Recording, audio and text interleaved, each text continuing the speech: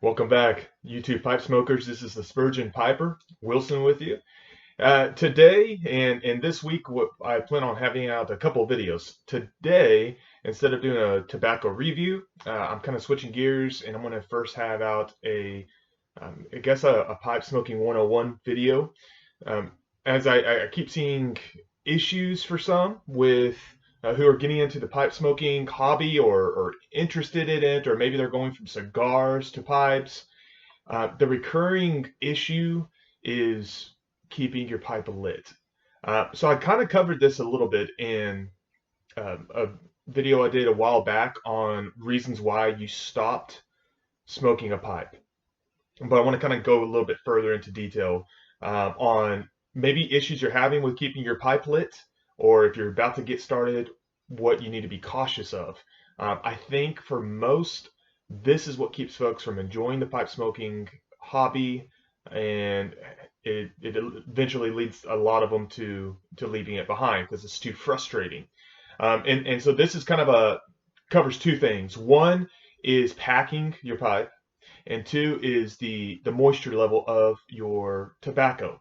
That seems to be the two main issues. All right. So first I want to cover is the moisture level of your tobacco. This seems to be the major culprit, and primarily, I think it's usually with aromatics. That usually seems to be the go-to, the type of tobacco that people try. And I certainly don't recommend it. I think most intermediate and more long-term and more uh, uh, pipe smokers have been around for a while. I think most would also recommend you don't start with aromatics. They're wet, they'll burn hot, and I think that's a big turnoff for those who are beginning it. So if you're new, please don't start with aromatics. Maybe there may be some exceptions. In fact, I think I probably listed some exceptions. I do have two videos out for like a top three blends for beginner pipe smokers. Check those out. You'll find them in the 101 new pipe smoker playlist that I have on my channel. There's some good options right there for you to try. I don't think you need to be with aromatics first. So, but however, let's say you do have a tobacco that's quite moist, and most non-aromatics don't suffer from this, but you will still find something to do. I'm going to take example of my to kind of display the tobacco moisture level. My favorite, or one of my favorites, and that's GLP's. Uh, my brain is just really going out this morning. GLP's Chelsea Morning, goodness. So GLP's Chelsea Morning, it is an English blend. It does not need any drying out at all. I don't think I've ever opened a tin. I've opened loads of tins of this stuff. I never needed it. It's always been perfect. And it has like kind of this is a problem. I'm going to try to describe moisture level for you, and that's not the easiest thing to do over YouTube, but I'm going to do the best I can. One way to tell if you have a wet tobacco and it needs to be dried out is if you hold it together and you clump it. So, take some in your hand like you would a piece of dirt, or a handful of dirt. And if you press it together and you let go and some of it keeps clumped together, that's a sign it needs to be dried out. Um, so more often than not, your non-aromatic blends, meaning those that aren't really saturated, or those that aren't heavily cased or topped, they're usually going to be right around perfect, or right on the other side of it, maybe a little too dry or a little too moist. Usually, all right, usually, not always, but usually. And so I think usually you're not going to have that problem with those blends. However, if you're trying an aromatic and you're suffering with it going out, that might be the issue itself, and it is too moist. Now you'll find videos, and what I'm going to offer you is nothing new. It's not some special thing I figured out. It's from others. You're going to have those who recommend you leave it open, like in your jar, for 30 minutes or an hour, or maybe it takes a day, depending on the type of aromatic, and if you really want to dry the whole jar out of it. I'm going to give you something I picked up from a veteran pipe smoker, and I do it all the time now. 10 seconds, microwave. So what you'll do, take the amount you want to smoke. Get a piece of paper or bowl, it could be whatever, and just place that amount on the bowl or on the piece of paper, like so, and put it in the microwave. 10 seconds, not 11 seconds, not 9 seconds, 10 seconds. I mean, that's just what seems to be perfect. Put it in 10 seconds, take it out. Maybe you want to let it cool for about 10 seconds itself or something. Load it up. And guys, this is one of the best tricks I've picked up. It almost never fails for me. It's perfect amount of time, and it takes care of the moisture of the tobacco. So that especially is more for the aromatics. It may over dry out those that are non-aromatics, but if you're going with some aromatic or heavily cased or topped blends, I think you'll be helped out with that. So 10 seconds, microwave, give it a try. Let me know in the comments what you think. All right, so let's say that's not the issue. It's not the moisture's fine, but you're still having problems keeping your bowl lit. And this is kind of a fire making 101. If you ever made a fire, if you load it up with, especially like in a fireplace or a wood burning stove, you know there's a certain way you're supposed to build a fire. We learned this if you ever take, you're out in the woods, or if you have a house with a wood burning stove, you know that there's a proper way to build a fire. Otherwise, you're not going to get it going. And so what we need is oxygen in the midst of our fuel.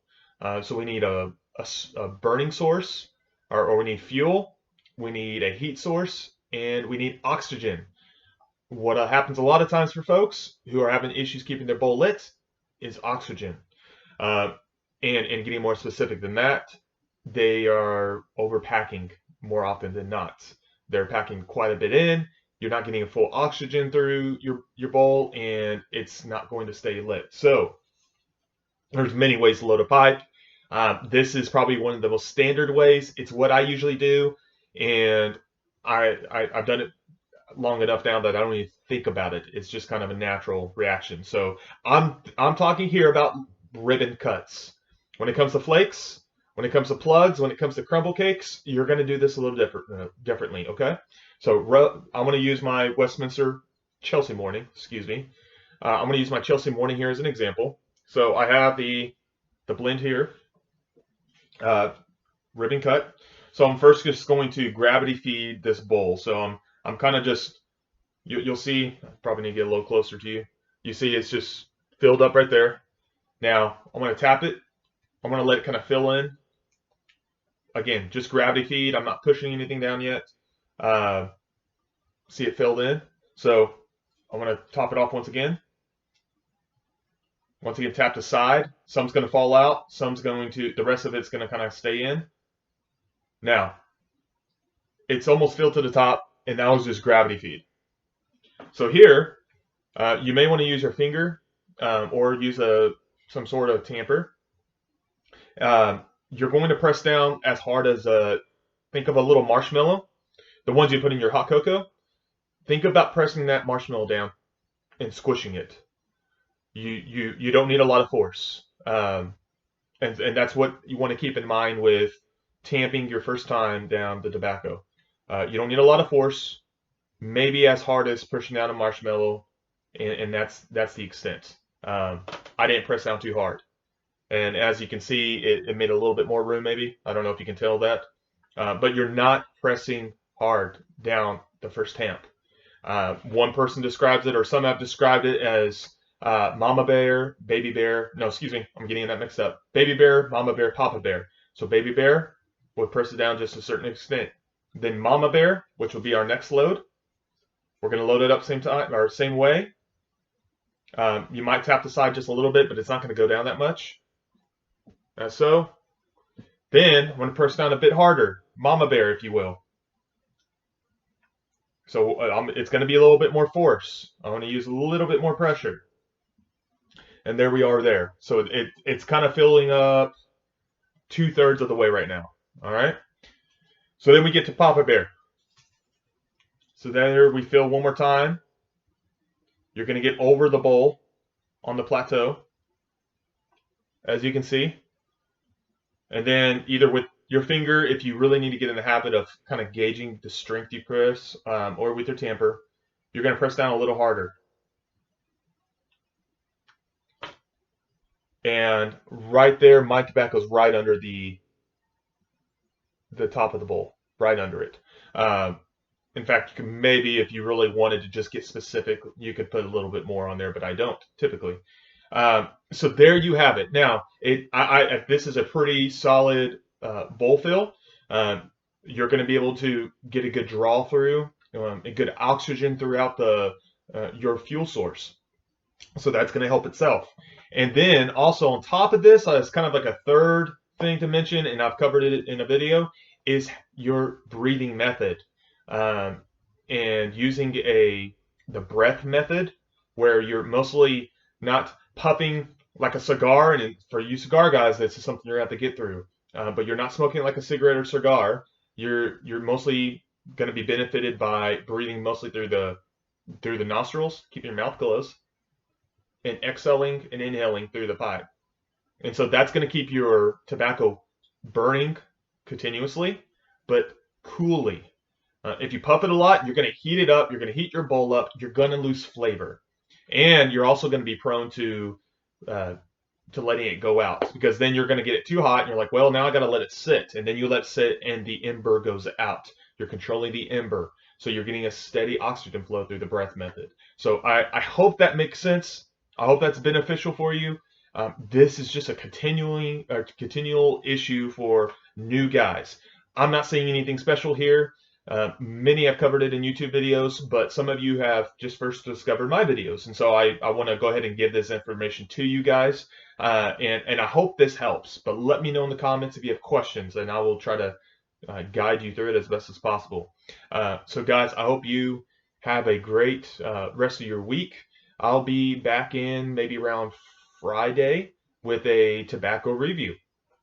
And it's something for our fall season coming up. So we're kind of getting ready for that. I'm in Texas, so still not real close, but nonetheless, that time's coming of the year. So you guys take care, and we'll talk to you soon.